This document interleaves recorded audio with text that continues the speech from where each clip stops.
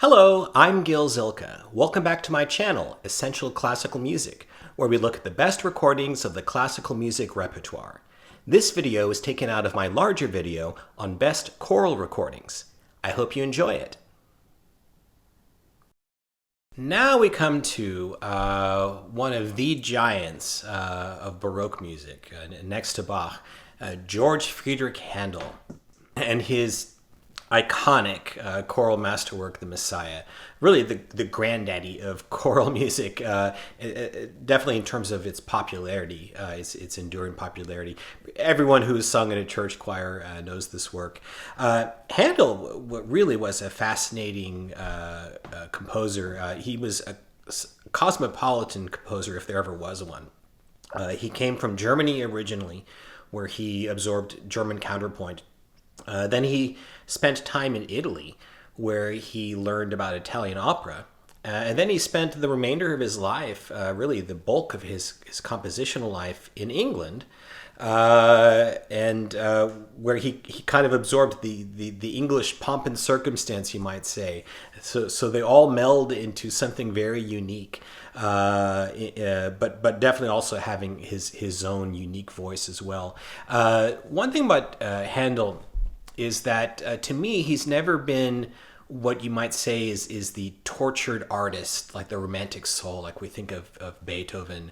Handel, I really think, was someone who wrote for the public. He really wanted his music in its time to be appreciated. And in the beginning, in England, he specialized particularly in opera. And the English audiences just ate it up. However, there came a point where actually opera was going out of style. It was considered elitist. This was around the time that John Gay wrote his work, The Beggar's Opera, which actually kind of poked fun at the elitism of opera. And Handel kind of took the hint, and he actually transitioned into oratorios that he wrote in English, where he was also able to show his spiritual side. And those became very popular. And of course, the most popular was The Messiah, which really was a hit pretty much from the time it was composed all the way through until now. It's basically a summation of Christian theology. It's in three parts. The first part is the birth of Jesus. Then the second part is the death of Jesus. And then in the third part is the resurrection of the dead. Maybe most famously, there's that aria, the trumpet shall sound. And then the revelation of Christ in heaven. And it's, you're just prototypical choral work. You've got the four soloists.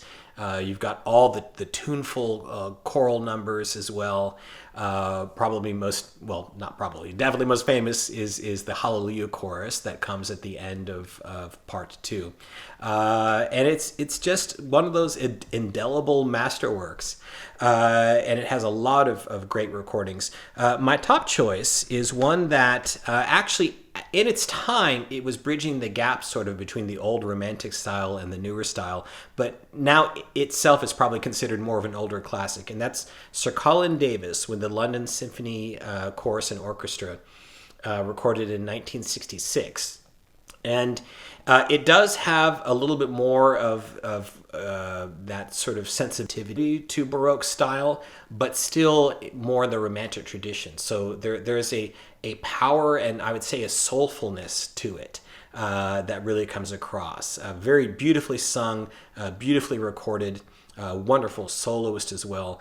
This is one of those kind of quintessential classics that I think still is a great way to start if you're getting into the Messiah for the first time. And then another version from just 10 years later came from Sir Neville Marriner and the Academy and Choir of St. Martin in the Fields.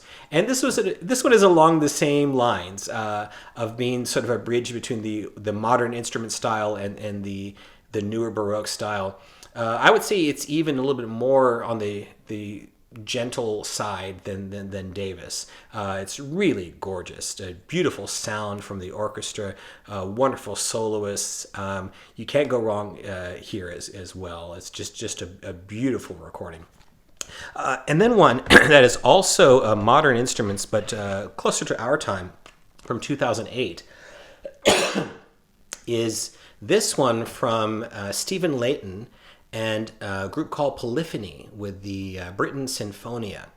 Now, this one is modern instruments, but it sounds a little bit more like period instruments. The violin sound, for example, the string sound is a little bit more of that vibrato-less sound, but it's really stylish and beautifully sung.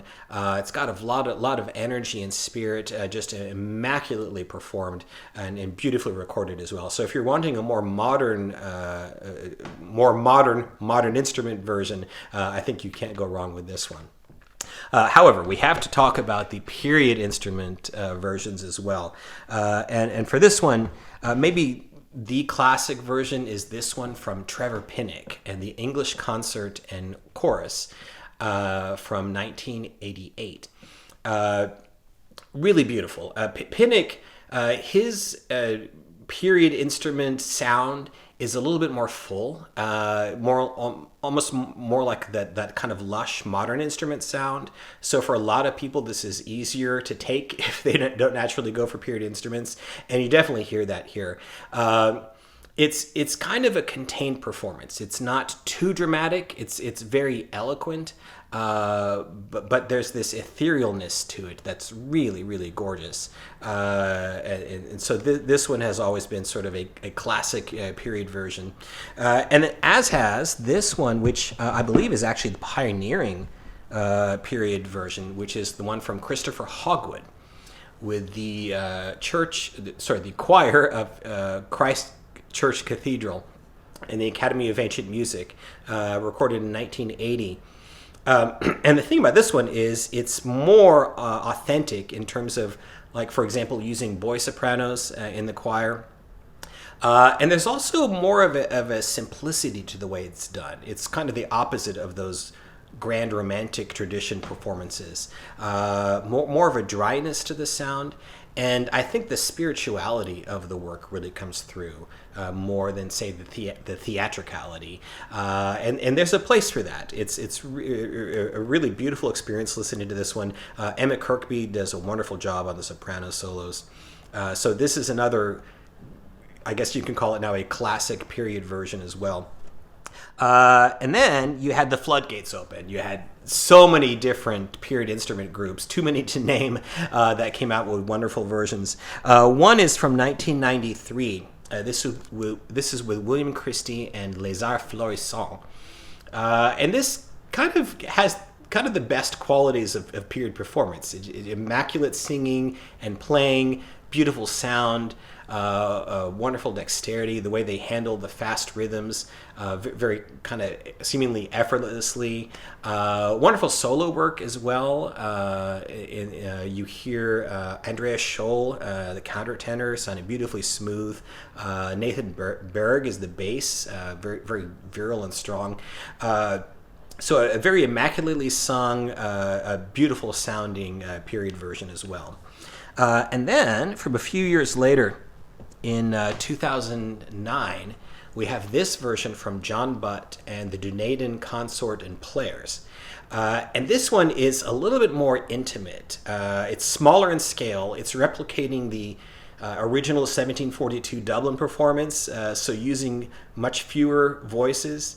But they sing with nice full tone, and there's a lushness to the sound quality, so it's not sparse sounding.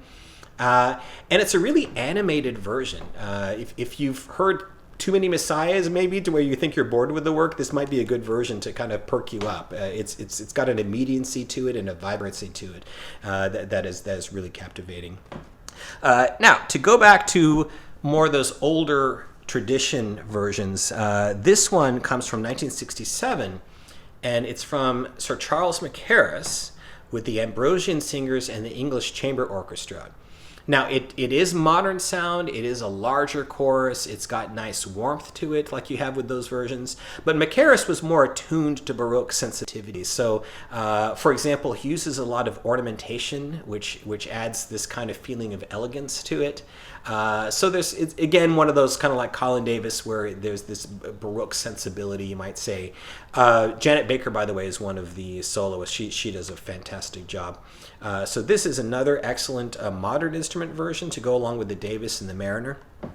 And then we have this old classic, Sir Thomas Beecham, from 1959 with the Royal Philharmonic Orchestra and Chorus. And this one, very famously, or as some people might say infamously, uses the Eugene Goosens orchestration, which really spruces it up, including cymbal crashes, for example, which might be off-putting to some, might be over the top in terms of theatricality. It reminds me a little bit of those Stokowski orchestrations of Bach. But I think the thing about that is that's definitely kind of a novelty. But really what sets this version apart to me is, in terms of its romantic approach, is just the approach to the music itself, the phrasing, for example. A much more flexibility and warmth, which I really do think works well in quite a bit of it. It's a very moving performance. The Pastoral Symphony that it's in the middle of Part 1 is just gorgeously and lushly played. And then He Shall Feed His Flock. It's a duet between soprano and alto. Just really gorgeous. But then there are also some parts, like, for example, the chorus, All We Like Sheep, which is taken really fast, actually, very exuberantly.